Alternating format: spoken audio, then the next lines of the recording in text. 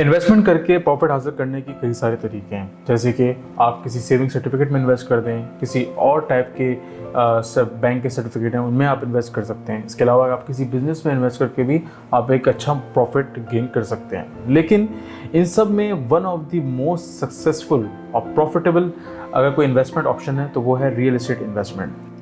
जी हाँ, real estate investment में आप एक अच्छा प्रॉफिट मार्जिन हासिल कर सकते हैं। इसमें यह है कि आपके अंदर थोड़ी बहुत पेशेंस होनी चाहिए और आपके अंदर थोड़ी सी ऐसी कुछ स्किल्स होना ज़रूरी हैं जिनके बारे में आगे हम डिस्कस करेंगे कि जिसको आपके अगर वो अंदर मौजूद हैं तो आप एक सक्सेसफुल रियल एस्टेट इन्वेस्टमेंट आप कर सकते हैं।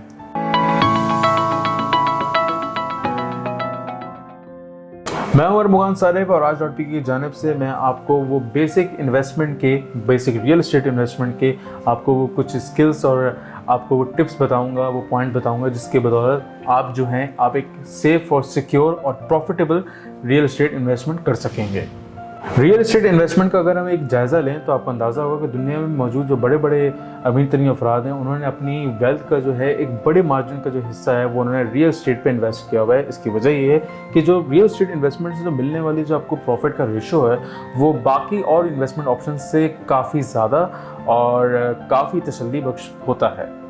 रियल एस्टेट इन्वेस्टमेंट में आमतौर पर जो लोगों का ख्याल ये होता है कि उसमें आप एक प्लॉट ख़रीदते हैं या कोई प्रॉपर्टी ख़रीदते हैं, उसमें आप अपने पैसे को मतलब ख़रीद के ही एक तरह से इन्वेस्ट करते हैं और उसको कुछ सालों के बाद या कुछ सर्टेन टाइम पीरियड के बाद उसको जो है जब उसकी प्राइस ऑफ हाई वैल्यू हो जाती है तो वो आप उसको सेल आउट कर लेते हैं और जो आप अपर वैल्यू लगाते हैं वो आपका जो है वो एक प्रॉफिट मार्जिन में उसको आप ले लेते हैं और उसको ये समझते हैं कि इससे इस तरह से एक रियल एस्टेट इन्वेस्टमेंट होती है। जबकि रियल एस्टेट इन्वेस्टमेंट सिर्फ इस चीज़ का नाम नहीं है, ये एक बहुत छोटा हिस्सा है, लेकिन इसके अंदर कई और तरीके हैं रियल एस्टेट इन्वेस्टमेंट में आप जिसमें आप अच्छी तरह से आप इन्वेस्टमेंट करके आप एक प्रॉफिटेबल अमाउंट जो है वो हासिल कर सकते हैं। वैसे तो रियल एस्टेट इन्वेस्टमेंट में कई सारे तरीके हैं प्रॉपर्टी में इन्वेस्ट करने के, लेकिन जो 4 बड़े मेजर तरीके हैं उनके बारे में मैं आज आपको बताऊंगा, जिसमें है पहला तरीका है बाइंग फाइल्स का। अब फाइल्स में क्या होता है कि आप जो है कोई ऐसी प्रॉपर्टी जिसकी एलोकेशन नहीं हुई या पोजेशन नहीं हुई उसको जो है वो आप ख़रीदते हैं, उसकी आप फाइल लेते हैं और वो आप जब ख़रीदते हैं वो प्रॉपर्टी आप बहुत छोटी अमाउंट में उसको ख़रीदते हैं, लेकिन जैसे जैसे उसके आसपास के जो अतराफ़ के जो एरियाज़ हैं वो डेवलप होने लगते हैं या इवन वो प्रॉपर्टी या वो सोसाइटी जिसमें आपने इन्वेस्टमेंट किया उसके आसपास के जो बेंगलोज हैं या कोई भी विला है या अपार्टमेंट वगैरह वो जब आहिस्ता आहिस्ता बढ़ने लगते हैं, उनकी तामीर शुरू हो जाती है और एक सर्टेन लेवल पे पहुंच जाती है तो उसकी जो प्राइसेस हैं वो जो है ऑटोमेटिकली जो है वो हाई होना स्टार्ट हो जाती हैं। तो उस वक्त जो है आप चाहें तो जो फाइल आपने बहुत छोटी प्राइसिंग में आपने जो ख़रीदी थी उसमें आप अपना मुनाफा रख के आप इसको अच्छे मार्जिन में आप उस फाइल को बेच सकते हैं। तो ये पहला तरीका होता है बाइंग फाइल्स का। दूसरा तरीका है कि आप प्रॉपर्टी को ख़रीदें और उसको जो है वो रीसेल करें एक अच्छा हाई प्रॉफिट मार्जिन रख के। ये सबसे ज़्यादा मोस्ट कॉमन यूज़ होने वाला तरीका है। आमतौर पर ज़्यादातर रियल एस्टेट इन्वेस्टर्स जो होते हैं वो इसी तरह ही कर रहे होते हैं और वो क्या करते हैं प्रॉपर्टी को ख़रीदते हैं और उसके बाद कुछ टाइम के बाद या कुछ सालों के बाद जब उस प्रॉपर्टी की वैल्यू और उस जगह की वैल्यू, लोकेशन की वैल्यू बढ़ जाती है, उसकी वैल्यू वहाँ पे जो भी शामिल प्रॉपर्टीज़ होती हैं उनकी भी वैल्यू बढ़ जाती है, तो वो उसको एक अच्छा मार्जिन अपनी प्राइसिंग सेट करके उस प्रॉपर्टी को बेच देते हैं। तीसरा तरीक़ाकार उन लोगों के लिए जो कि अपनी प्रॉपर्टी के ज़रिए एक अच्छी मंथली इनकम कमाना चाहते हैं। इसमें होता यह है कि आप एक ऐसी प्रॉपर्टी देखते हैं ख़रीदने के लिए जिसके अंदर आप अच्छी रेंटल वैल्यू सेट कर सकते हैं और उससे आप एक अच्छी माहाना इनकम जनरेट कर सकते हैं। अगर उस प्रॉपर्टी के अंदर आपके पास कुछ उस प्रॉपर्टी में कुछ शॉप्स वगैरह भी हैं या अदर कुछ ऑप्शन हैं ऐसे, तो उस प्रॉपर्टी की प्राइस आपको थोड़ी हाई मिलेगी बनिस्बत इसके जो रेजिडेंशियल प्रॉपर्टीज़ होती हैं, क्योंकि उसमें कमर्शियल ऑप्शन भी होते हैं। लेकिन इससे ये होता है कि जो ख़रीदार है वो इसमें दिलचस्पी रखता है ख़रीदने में, क्योंकि उसको पता है कि आगे जाके वो उससे अच्छी खासी एक अच्छी रेंटल इनकम जो है वो जनरेट कर सकता है। चौथा तरीक़ाकार जो रियल एस्टेट इन्वेस्टमेंट में वो ये है कि वो उन लोगों के लिए जो लोग जो हैं अपना एक ऐसी जगह को ओन करते हैं या ख़रीदने जाते हैं जहाँ पे कोई सोसाइटी इन्वॉल्व नहीं है, कोई भी मतलब किसी को वो ओन की जगह नहीं है और आप वहाँ पे जो है वो एक उस जगह को ख़रीद लेते हैं। इसमें ये होता है कि वो एक ओपन लैंड होती है या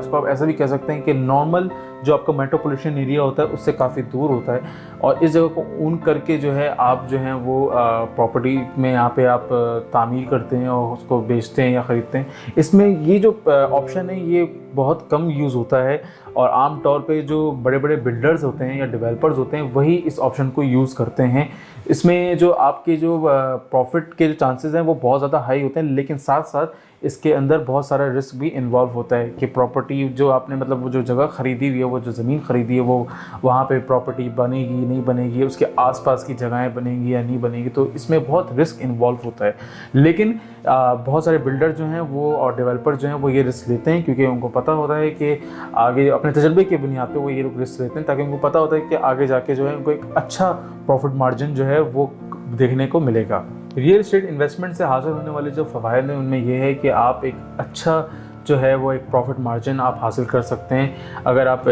छोटी छोटी इन्वेस्टमेंट भी करते हैं तो आप एक शॉर्ट टाइम पीरियड के बाद या एक अच्छे सर्टेन टाइम पीरियड के बाद अगर आप में एक पेशेंस है तो आप एक अच्छा प्रॉफिट मार्जिन जो है वो हासिल कर सकते हैं। साथ ही ये कि जो प्रॉपर्टी आप बेच रहे हैं या आपने रियल एस्टेट इन्वेस्टमेंट के लिए आपने प्रॉपर्टी आपने वो ख़रीदी है, तो वो बेसिकली आपका एक असासा होता है, एक एसेट होता है। उस एसेट को आप चाहें तो आप उस पर अगर आप ऐसी खाली बेच के आप प्रॉफिट जनरेट करना चाहें तो वो भी कर सकते हैं। साथ ही ये कि आप उस पर तामीर करके अगर आपने पूरा घर बना के या पूरी प्रॉपर्टी बना के उसको बेचना चाहें तब आपको और अच्छा आपको जो है प्रॉफिट मार्जिन देखने को मिलेगा। साथ ही कि आपकी प्रॉपर्टी अगर आप बेचना नहीं चाह रहे हैं और आपने तामीर भी कर ली है, अगर आपने बनी बनाई प्रॉपर्टी ख़रीदी है तो उसको आप रेंट आउट करके यानी कि तनख्वाह उसको आप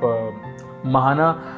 किराए पे दे के भी आप उससे जो है एक अच्छा प्रॉफिट जो है वो जनरेट कर सकते हैं। अगर आप रियल एस्टेट इन्वेस्टमेंट में आप एक बिगिनर लेवल के हैं या आपको पता नहीं है, इतनी ज़्यादा इन डेप्थ नॉलेज नहीं है, इतनी इन्फॉर्मेशन इतनी मालूमात नहीं है किस तरह से रियल एस्टेट में एक सक्सेसफुल इन्वेस्टमेंट करनी चाहिए ताकि हम एक अच्छा और प्रॉफिटेबल जो है वो अमाउंट आप हासिल कर सकें, तो इस हवाले से कुछ स्टेप्स हैं या कुछ पॉइंट्स कह लें वो मैं आपको बताऊंगा जिससे आपको आसानी होगी कि आप एक आगे जाके एक अच्छी सक्सेसफुल रियल एस्टेट इन्वेस्टमेंट कर सकेंगे। सबसे पहले ये है कि आपको एक प्रॉपर रिसर्च करने की ज़रूरत है जिस जगह पे आप प्रॉपर्टी ख़रीद रहे हैं, मतलब उस जगह की सूरत हाल देखें, वहाँ पे जो आसपास जो प्रॉपर्टीज़ वगैरह बन रही हैं या उनकी सेलिंग या परचेजिंग हो रही है वो किस रेट पे हो रही है और वो किस रेट पे ख़रीदी जा रही हैं या बेची जा रही हैं, जो वहाँ पे मतलब उस इलाके में तरक्की हो रही है नहीं हो रही है या और डेवलपमेंट प्रोजेक्ट्स वहाँ पे बन रहे हैं नहीं बन रहे, वहाँ पे क्या सूरत हाल है कि वो इलाका जो है वो मेट्रोपॉलिटन एरिया से दूर है या करीब है। इस जगह की आपको रिसर्च करने की ज़रूरत है। इससे आपको ये होगा कि आपको एक जनरल आइडिया मिल जाएगा अपनी प्रॉपर्टी के हवाले से कि आप उसको किस प्राइसिंग पे आप ख़रीदेंगे और आगे कुछ सालों में आप जाके किस प्राइसिंग पे आप उसको बेचेंगे। जब आप अपनी पूरी मुकम्मल रिसर्च कर लें तो आपको बहुत सारे ऑप्शन निकल के आएंगे कि आपके पास रियल एस्टेट इन्वेस्टमेंट में आपके लिए कहाँ इन्वेस्ट करना है, तो उनमें से जो बेस्ट ऑप्शन है उस पर आप अपना इन्वेस्टमेंट अपने आप करें। और जब आप प्रॉपर्टी आप जो ख़रीद रहे हैं रियल एस्टेट इन्वेस्टमेंट के लिए, उसमें यह है कि आप तमाम जो लीगल कंसिडरेशन है उसका आप ख्याल रखें। जो प्रॉपर्टी आप ख़रीदें वो हर तरह से अप्रूव्ड हो, जितनी भी डेवलपमेंट अथॉरिटीज़ हैं, और इसके अलावा उसकी जो ट्रांसफ़र और सेल्स डीड होती हैं उसको भी आप लॉयर से जो है उसकी तस्दीक करवाइए। और इसके साथ साथ जितनी भी अगर कोई लीगल इश्यूज़ आ रहे हैं उनको आपको चाहिए कि उसको ख़त्म करें, क्योंकि होता ये कि अगर आप इन तमाम चीज़ों का ख्याल नहीं रखते तो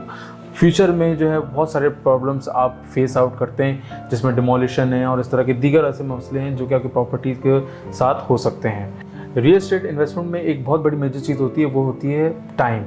यानी कि आपको एक सही टाइम का इंतज़ार करना पड़ता है अपनी प्रॉपर्टी को सेल आउट करने के लिए। इस हवाले से ये कि आप पहले तो ये चीज़ आप पहले इनिशियल तौर पर रिसर्च करें कि जहाँ मैं प्रॉपर्टी ख़रीद रहा हूँ वो एक कैसी जगह पे है। अगर वो ऐसी जगह पे है जहाँ पे डेवलपिंग स्टार्ट हो रही है तो जाहिर सी बात है कि आप वहाँ पे जब इन्वेस्ट करेंगे या प्रॉपर्टी ख़रीदेंगे उसको एक टाइम लगेगा, और जब वो टाइम लग के जब वो पूरी बन के तैयार होगी और फिर आपको सेल आउट करेंगे तो आपको वहाँ पे जो है उस हिसाब से आपको जो है प्रॉफिट मार्जिन देखने को मिलेगा। वो हो सकता है कि कम हो मार्जिन, वो हो सकता है ज़्यादा भी हो, वो उस इलाके पे डिपेंड करता है। लेकिन अगर आप यही प्रॉपर्टी जो है वो आप किसी वेल डेवलप्ड इलाके में उसको आप ख़रीदेंगे, जैसे कि फ़र्ज़ कर लेते हैं कोई भी कराची का जैसे DHA का इलाका है, अगर वहाँ पे आप कोई प्रॉपर्टी ख़रीदते हैं या उसको ख़रीदने के बाद जब उसको बना के बेचते हैं या नहीं भी बनाते या उसको कुछ सालों के बाद रख के आप बेचते हैं, तो आपको एक अच्छा प्रॉफिट मार्जिन देखने को मिलेगा, क्योंकि वो एक ऑलरेडी डेवलप एरिया है। अगर आप अपनी प्रॉपर्टी से माहाना आमदनी कमाना चाहते हैं तो आप अपनी प्रॉपर्टी को रेंट आउट भी कर सकते हैं। इसमें यह है कि आपको चाहिए कि आपके दरमियान और आपके जो किराएदार हैं जिसको आप किराए पे रख रहे हैं उसके दरमियान एक टेनेंसी एग्रीमेंट होना लाजमी है, जिसके अंदर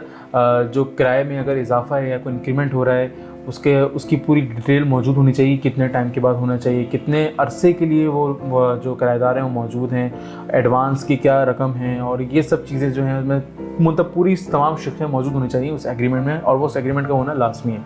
अगर आपको एग्रीमेंट और लॉज जो हैं जो कि किराएदारी के हवाले से जो लॉज है, कुछ टेनेंसी के एग्रीमेंट किस तरह बनते हैं, तो उस हवाले से हमने एक मुकम्मल वीडियो बनाई हुई हमारे ऊपर आई कार्ड पर शो हो रही होगी, उस पर जाके भी आप रहनुमाई हासिल कर सकते हैं। रियल इस्टेट इन्वेस्टमेंट करने के बाद अगर जब आप प्रॉपर्टी बेचेंगे तो बेचते वक्त भी कुछ बुनियादी चीज़ें हैं उनका आपको ख्याल रखना ज़रूरी है, या कुछ बुनियादी टिप्स हैं जिनको आप फॉलो करेंगे तो आप एक अच्छा हाई मार्जिन प्रॉफिट आप हासिल कर सकते हैं। उनमें यह है कि पहले जो है आपको चाहिए कि आप थोड़ा सा एक रिसर्च करें कि वहाँ पे जो है वो प्रॉपर जो है वहाँ पे मतलब जो आसपास की जो प्रॉपर्टीज़ हैं उनके क्या रेट चल रहे हैं बेचने के लिए और वो किस तरह से बिक रही हैं, उनको थोड़ा सा आपकी प्रॉपर रिसर्च करने की ज़रूरत है, उस रिसर्च करें। इसके अलावा आपको चाहिए कि कुछ जो अथेंटिक साइट्स हैं वह ऑनलाइन उनको भी जाके आप फॉलोअप करके आप एक प्रॉपर लिस्टिंग्स के ज़रिए आप देख सकते हैं कि क्या प्राइसिंग है क्या है, तो इससे आपको अपनी जो प्रॉपर्टी की प्राइस है उसको सेट करने में आसानी होगी। इस हवाले से ये है कि अगर आप अपनी प्रॉपर्टी बेचना चाहते हैं तो Aaraaj.pk के पास एक प्रोफेशनल रियल एस्टेट सेलिंग की टीम मौजूद है, जिसके बदौलत आप अपनी प्रॉपर्टी को बहुत आसानी से बेच सकेंगे। इसके अलावा अपने जो आप जिस प्रॉपर्टी को आप जो बेच रहे हैं उसके में जो उसका ख़रीदार है उसके साथ आपको एक फ़ेस टू फेस जो है वो एक मुलाकात करने की ज़रूरत है, जिससे आप उसकी जो ओनरशिप है उसका स्टेटस भी मालूम हो जाएगा इससे, और आपको जो भी कन्फ्यूजन होगी दोनों के दरमियान वो भी क्लियर हो जाएगी। साथ ही ये कि आपको चाहिए कि आप और भी ऑप्शंस देखें, मतलब और भी जो कोई ख़रीदार है जो आपकी प्रॉपर्टी को ख़रीदना चाहता है उसको भी आप चेकआउट कर सकते हैं, उनको भी देखें उस वक़्त तक जब तक आपको कोई भी बायर टोकन अमाउंट नहीं दे देता। इसके बाद ये है कि आपके जो भी आपने प्रॉपर्टी जिसको आप बेच रहे हैं उसमें जो उसके ट्रांसफ़र के डॉक्यूमेंट्स हैं उसका ज़रूर ख्याल रखें, ताकि आगे चल के कोई प्रॉब्लम्स वगैरह क्रिएट ना हो। तो इसके लिए बाकायदा उन डॉक्यूमेंट्स को बनवाएं और उनकी फिर तस्दीक भी करवाएं। जब आप बायर को उसकी रकम दे रहे हो जो ख़रीदार है पे घर का, तो उसमें आपको ये बात का ख्याल रखना है कि जो आप अमाउंट दे रहे हो उसको आप कैश की सूरत में ना दें, बल्कि कोशिश ये करें कि आप पे ऑर्डर की सूरत में दें। क्योंकि ये एक सिक्योर तरीका है, इससे आपको कोई प्रॉब्लम नहीं होगी और आपका आसानी से कैश भी उसके पास ट्रांसफ़र हो जाएगा। इसके अलावा अगर आप अपना घर ख़रीदना चाहते हैं या कोई प्रॉपर्टी ख़रीदना चाहते हैं तो इसके हवाले से भी हमने एक मुकम्मल गाइडलाइन आपके लिए बनाई है, उसको भी आप ऊपर आई कार्ड पे जाके फॉलो अप कर सकते हैं और देख सकते हैं। तो उससे भी आपको अंदाज़ा होगा कि अगर आपको कोई घर ख़रीदना है तो वो किस तरह से ख़रीदना चाहिए, वो कौन से ऐसे लीगल तरीक़ेकार हैं जिनको आप फॉलो करके आप अपने लिए एक सही तरीके से अपना घर की ख़रीदारी कर सकते हैं। उम्मीद है आपको आज की वीडियो से ये हेल्प मिली होगी कि आप किस तरह से एक सक्सेसफुल रियल एस्टेट बिजनेस में इन्वेस्टमेंट कर सकते हैं और उससे आप एक अच्छा प्रॉफिट हासिल कर सकते हैं। इसके अलावा अगर आपको अपनी प्रॉपर्टी की बाइंग करनी है या सेलिंग करनी है तो आप उस हवाले से भी आप Aaraaj.pk की सर्विसेज को हासिल कर सकते हैं। इसके लिए आप हमारे नुमाइंदे से दिए गए नंबरों पर रब्ता कर सकते हैं। साथ ही आप हमारे YouTube चैनल को भी सब्सक्राइब करें, साथ में बेल आइकन को प्रेस करें। अगर ये वीडियो आपको पसंद आई है तो इसको लाइक भी ज़रूर करें। साथ ही हमारे सोशल मीडिया पेजेस को भी फॉलो कीजिए ताकि आप हमारे आने वाली मज़ीद वीडियोस, मज़ीद इन्फॉर्मेशन जो रियल एस्टेट प्रॉपर्टीज़ और नया पाकिस्तान से मुतल्लिक है उसके हवाले से आप अपडेटेड रहें।